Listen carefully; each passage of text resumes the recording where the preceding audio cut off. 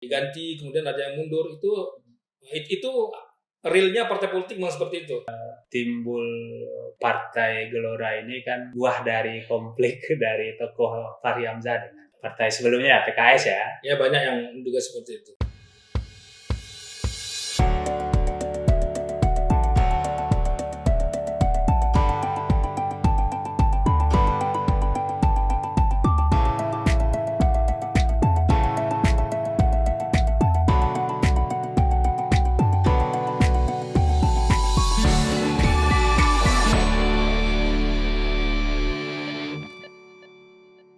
Kerabat Andalas TV, saat ini kita akan berbincang dengan Sekretaris Partai Gelombang Rakyat Indonesia atau sering disebut Gelora Indonesia Provinsi Sumatera Barat. Yang bersangkutan adalah Rizal SS ya, SS Sarjana Sastra.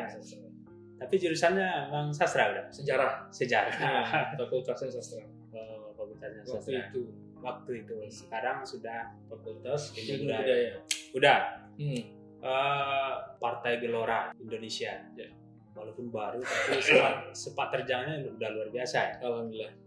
Dan terutama pada pilkada kemarin kan ya, bahkan ikut menjadi bagian dari pendukung ya. Pendukung salah satu kandidat. Walaupun belum menang tapi sudah diperhitungkan. Kita ingin tahu nih bagaimana kondisi Gelora di Sumatera Barat. Terima kasih Bung Rudi yang telah memberikan kesempatan kepada kita untuk hadir di acara podcast ini. Saya buka saja. Kalau Gelora di Sumatera Barat, alhamdulillah hari ini kalau struktur di tingkat kabupaten kota itu kita sudah lengkap 100%. Bahkan di Kabupaten Mentawai juga sudah ada kepengurusan. Nah, itu sejak kita lolos verifikasi dari Menkumham itu sekitar bulan Mei ya tahun lalu, berarti sudah setahun ini kita lolos verifikasi Menkumham. Sedangkan partai ini berdiri kan pada tanggal 28 Oktober. 28 Oktober 2019.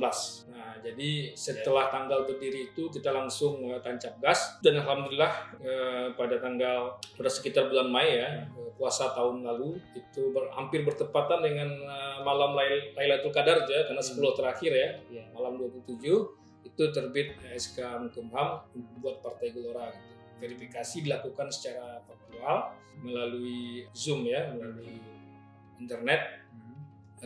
Dan alhamdulillah Sumatera Barat melengkapi semuanya sampai hari ini, dan memang itu semacam komitmen dari pendiri Partai Gelora ya, yaitu Bapak Hans Mata dan juga Fahri Hamzah dan kawan-kawan, bahwa kita mendirikan partai ini memang dari awal memang ingin mendirikan partai yang yang real di tengah masyarakat.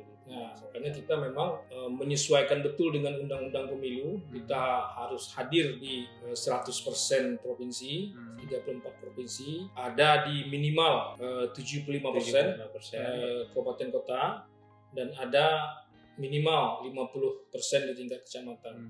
Dan setelah hampir setahun ini, alhamdulillah kita sudah memiliki 100% di tingkat provinsi, 100% di tingkat kabupaten kota, 100% juga ya, kabupaten kota. Sekitar 514 kalau saya nggak salah itu kabupaten kota se-Indonesia. Kalau kecamatan sekitar 75%, belum lengkap 100%. Seluruh kecamatan itu sekitar berapa itu, ribuan itu ya, lebih itu. Nah, kalau di Sumatera Barat sendiri kecamatan itu sekitar sekarang 80% ya, 80% kecamatan sudah ada di kepengurusan kita di Sumatera Barat, alhamdulillah ya. Tapi terus target kita itu sebetulnya bulan Mei ini target, dan mungkin sudah lewat targetnya ya, bahwa bulan Mei lalu itu kecamatan ini sudah 100%. Targetnya gitu, tapi sampai sekarang belum terpenuhi, dan kita sekarang sudah masuk tahap kedua ya. kedua. Kalau kemarin itu tahap pertama itu membangun, kalau istilah kita itu pipa-pipa ya, pipa-pipa yang akan dialiri oleh air. Nah, sekarang kita ingin tulang-tulang ini, pipa-pipa ini kita akan isi gitu ya, daging-dagingnya. Ya, ini kita sudah tahap pengembangan yang kedua ini, sudah masuk kita pada tahap jejaringnya udah lengkap ya. Sudah masuk kita tahap mencari elektoral ya. Makanya kita sudah mulai pasang spanduk, pasang baliho gitu di Sumatera Barat. Kita harapkan semacam diseminasi ya. Ya, popularitas kita semakin naik ya untuk setahun ke depan, minimal sampai bulan Mei 2022 itu lengkap semuanya sehingga kita bisa lolos verifikasi KPU. Kemudian kita langsung terbang ya, take off menuju 2024 gitu. Itu alhamdulillah lah lengkap sekali ya. Dukungan teman-teman dan semangat teman-teman di bawah untuk membesarkan Partai Gelora ini sangat besar sekali. Cepat dan rapi dah. Iya. Apa resepnya? Untuk menyusun pengurus ini partai politik kan nggak kesulitan juga mencari kader dan pengurus ini.